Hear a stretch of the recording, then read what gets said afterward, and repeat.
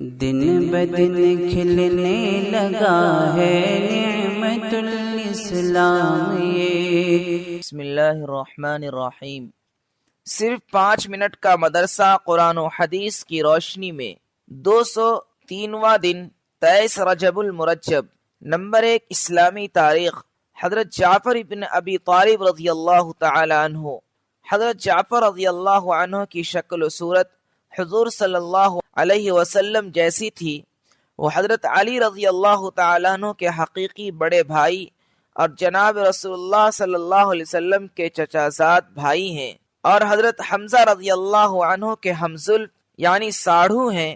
ابو طالب کی معاشی کمزوری کی وجہ سے حضرت جعفر رضی اللہ عنہ کی پرورش حضرت عباس رضی اللہ عنہ نے کی۔ حضرت جعفر رضی اللہ عنہ اور ان کی بیوی اسما بنت عمیس شروع زمانے ہی میں حضرت ابو بکر کے ہاتھ پر مسلمان ہوئے۔ یہ وہ زمانہ تھا کہ ابھی حضور صلی اللہ علیہ وسلم نے مسلمانوں کو دار ارقم میں جمع کرنے کا سلسلہ شروع نہیں کیا تھا۔ دونوں میاں بیوی نے حبشہ اور مدینہ دونوں کی ہجرت کی۔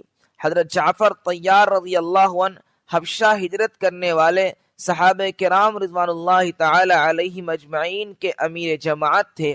حبشہ کی ہجرت کے موقع پر آپ ہی نے نجاشی کے دربار میں ایسی پر اثر تقریر کی کہ بادشاہ کے دل میں اسلام کی حقانیت بیٹھ گئی، اور اس نے مسلمانوں کے ساتھ اعزاز و اکرام کا معاملہ فرمایا، اور کفار مکہ کے وفد کو ذلت کے ساتھ مکہ واپس ہونا پڑا۔ کچھ دنوں بعد بادشاہ حبشہ نجاشی نے حضرت جعفر رضی اللہ تعالیٰ عنہ کے ہاتھ پر اسلام قبول کر لیا۔ نمبر 2 اللہ کی قدرت، دماغی قوت۔ اللہ تعالیٰ نے انسان کو دماغ جیسی عظیم نعمت عطا فرمائی اور اس میں سوچنے سمجھنے اور بہت سی باتوں کو یاد رکھنے کی صلاحیت رکھی، جس کی وجہ سے اس چھوٹے سے دماغ میں دین اور دنیا سے متعلق بے شمار باتیں محفوظ رہتی ہیں اور وہ اسے ضرورت کے وقت بہت کام آتی ہے۔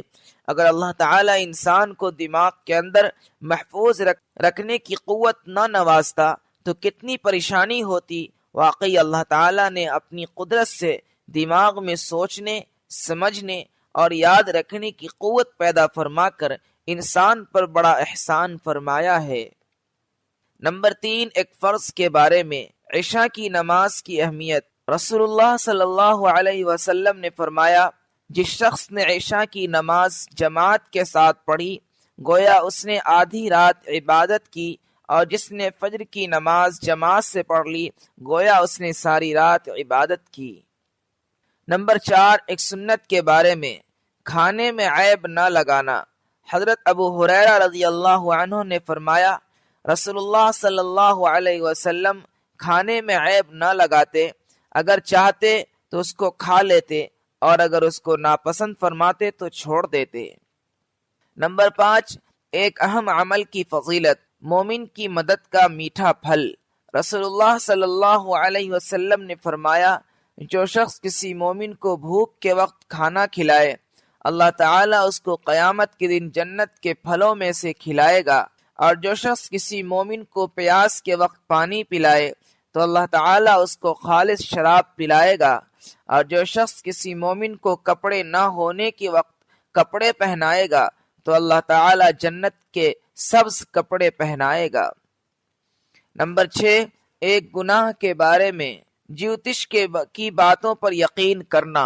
رسول اللہ صلی اللہ علیہ وسلم نے فرمایا، جو آدمی کاہن یعنی جیوتش کے پاس جائے اور اس کی کہی ہوئی بات کو سچی سمجھے تو وہ آدمی شریعت محمدیہ سے ہٹ گیا۔ فائدہ، کسی کاہن یعنی جیوتش کے پاس جا کر آئندہ کی باتیں معلوم کرنا اور اس پر یقین کرنا ناجائز اور حرام ہے، مسلمانوں کو اس سے بچنا چاہیے۔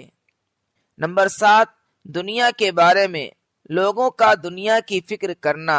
رسول اللہ صلی اللہ علیہ وسلم نے فرمایا، آخر زمانے میں ایک قوم ایسی ہوگی جو مسجدوں میں حلقے لگا کر بیٹھے گی اور ان کے سامنے دنیا ہوگی یعنی دنیا کا تذکرہ، اور اسی کی فکر میں منہمک ہوں گے، تو تم ایسے لوگوں کے ساتھ نہ بیٹھنا، اس لیے کہ اللہ تعالیٰ کو ایسے لوگوں کی کوئی ضرورت نہیں۔